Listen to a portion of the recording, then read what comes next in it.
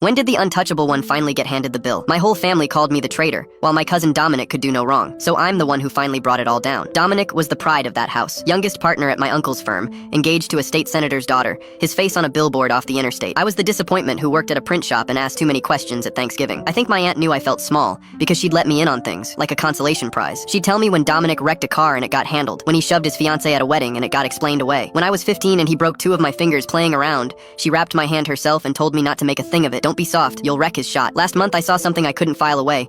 I'd gone by his place to drop off proofs for the firm's brochures. Side door was open. I heard his fiancée Renata saying, "Stop, please, stop." And I went far enough down the hall to see him with her against the kitchen counter, forearm across her throat, her feet barely on the floor. I filmed 11 seconds of it, then I called 911. He was arrested that night and out on bond before I'd finished my coffee. The next morning I woke to my family loading my things into contractor bags in the driveway of the house I'd been renting a room in, my aunt's house. "You've ruined this family," she screamed. "Do you understand what you've done to him? To all of us?" My uncle just stood there with his arms folded. "1 hour, don't come back." I still tried to reason with them. I said it wasn't the first time. My aunt said Renata was a social climber and I'd handed her a payday. So I was sitting on the curb at 23 with 3 garbage bags when my phone rang. Renata's older brother, Pierce. He'd heard about the report and wanted to know what I'd actually seen. I couldn't get a full sentence out. He figured out the rest, told me to drop a pin, and pulled up 19 minutes later in a Corolla held together by tape and prayer. We didn't speak on the drive. The second his apartment door shut, Pierce came apart, sat down on the floor with his back against the couch and sobbed. She never told me how bad it got. I should have known. I should have gotten her out. I stood there holding garbage bags watching a 34-year-old man break in half over his sister, and understood I'd never once seen love look like that in my family. Then his phone rang. Renata, on speaker. "He won't stop. He says if I don't recant, he'll put things out. Pictures. The private ones." Pierce's face emptied. "He sent 30 messages in 2 hours. His father gave him his phone back." Her voice cracked. "He says he knows where you live. He knows I'm probably here." Then she said the thing that changed the room. Small and flat. "Maybe it's easier if I'm just not around for any of this." Nobody breathed. Pierce said very carefully, "Say the rest of that out loud, Ren." She said she was tired. She said she had her keys and didn't know where she'd drive. He said, "Where are you right now?" She said the pharmacy lot on Beaumont. "Put the keys on the passenger seat. Don't drive. I'm 11 minutes out." He handed me the phone. "Stay on with her." So I sat on a stranger's floor and talked to a woman I'd met twice. I told her what I'd seen and that I'd say it to anyone who asked. I told her nobody who mattered was going to hate her. I told her about my fingers at 15 and my aunt's face. Then I said, "There's a number, 988. Call or text. It's yours whether Pierce is there or not." She said, "Okay." She didn't sound like she meant it, but she stayed on the line, and I could hear her breathing, and that was enough for 11 minutes. Pierce brought her back. She slept on that couch for 2 months. Here's what my family didn't account for. The DA's office had 2 prior complaints against Dominic that had evaporated. Witnesses who stopped returning calls. What they'd never had was someone from inside the house. I sat with an investigator for 6 hours. The wrecked car, the wedding, the parties where girls left crying, the checks my aunt wrote and thought I couldn't read, the attorney on speakerphone in her kitchen in 2019. Dominic pled. He lost his license to practice. My uncle's firm lost 2 of its biggest clients and the billboard came down in March. Renata started therapy at 11 weeks and she's still going. She turned 30 in April. Pierce made a cake that was genuinely inedible. She laughed so hard she had to put her fork down. I've been sleeping on that couch for 9 months now. It's the first place I've lived where nobody has told me I'm being too sensitive.